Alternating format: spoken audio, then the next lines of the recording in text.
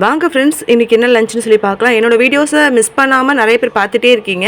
பார்க்குற எல்லாருக்குமே ரொம்ப தேங்க்யூ. ஆனால் இன்னும் புதுசாக பார்க்குறவங்க மறக்காமல் சப்ஸ்கிரைப் பண்ணிவிட்டு ஃப்ரெண்ட்ஸ் அண்ட் ஃபேமிலிக்கு ஷேர் பண்ணிவிட்டு பாருங்கள். இன்றைக்கி பார்த்தீங்கன்னா ரொட்டீன் அப்படின்லாம் கிடையாது. நான் காலையில் எழுந்து என்னோடய சமையல் வேலை எப்படின்னு சொல்லி போட்டிருக்கேன். அது பிடிச்சிருந்தா கண்டிப்பாக எனக்கு கமெண்ட் பண்ணுங்கள். காலையில் எழுந்துட்டு எப்பயும் போல் பாலெல்லாம் காசி காஃபி போட்டு குடிச்சிட்டு ஒரு பக்கம் சாதம் வச்சாச்சு. நேற்று நைட்டு பார்த்தீங்கன்னா டிஃபன் கிடையாதுங்க, சாப்பாடு தான். மாவு காலி ஆகிடுச்சுன்றதுனால சாதம் தான் வடித்தேன்.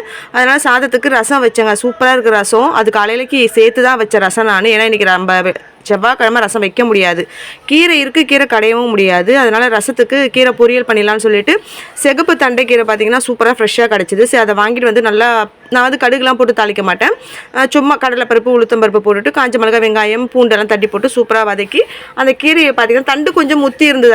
நான் தண்டு எடுத்துக்காமல் வெறும் கீரையை மட்டும் நல்லா கிள்ளி பொடியாக கட் பண்ணி அதை நம்ம வந்து ஒரு பொரியல் மாதிரி பண்ணியாச்சு. நம்ம எந்த பீட்ரூட் கொடுக்குறோம் பார்த்திங்களா, பீட்ரூட்டில் எந்த அளவுக்கு நம்மளுக்கு ஒரு ரத்த அளவு நம்மளுக்கு அதிகரிக்குமோ அதே போல் நம்மளுக்கு இந்த சிகப்பு கீரை தண்டுலையும் அவ்வளோ பெனிஃபிட்ஸ் இருக்குங்க. கண்டிப்பாக முடிஞ்ச அளவு பீட்ரூட் நிறைய பேர் எடுத்துக்க மாட்டாங்க ஸ்வீட்டாக இருக்குன்ட்டு. ஆனால் இந்த தண்டிக்கீரை நீங்கள் சூப்பராக செஞ்சு கொடுக்கலாம். நல்லா சூப்பராக நான் வந்து தண்ணி ஊற்றிலாம் வேக வைக்க மாட்டேன். அலசி வைக்கிறோம் இல்லைங்களா, அந்த தண்ணியிலே தான் வேகும் கீரை. சூப்பராக வந்த பிறகு ஒரு 2 பதம் தேங்காய் அரைச்சி நான் போட்டுட்டேன். கூடவே 2 சீரகமும் போட்டு அரைச்சி போட்டாச்சு. உங்களுக்கு தேங்காய் பிடிக்காதுன்னா வேர்க்கடலை போட்டுக்கோங்க. வேர்க்கடலை பிடிக்காதுன்னா பொரிய அரிசி அதாவது அரிசியை வறுத்து கூட அரைச்சி நீங்கள் போட்டுக்கோங்க. நல்லாயிருக்குங்க. கீரை இப்படி பொரிச்சு கொடுத்தா கண்டிப்பாக பசங்க சாப்பிட்லன்னா கூட பிடிக்கலனா கூட இதை சாப்பிட்ருவாங்க. அதுவும் இந்த தண்டிக்கீரையில் அவ்வளோ ஒரு பெனிஃபிட் இருக்குது. கண்டிப்பாக செஞ்சு கொடுங்க. இதுலேயும் நான் எல்லாமே ரெசிபி ஃபுல்லாகவே இதில் வந்துட்டுருக்கோம். நீங்கள் அதை பார்த்து கூட ட்ரை பண்ணலாம். ரொம்ப சிம்பிள் தான், சூப்பராக இருக்குது, செம்ம டேஸ்ட்டாக இருக்குது.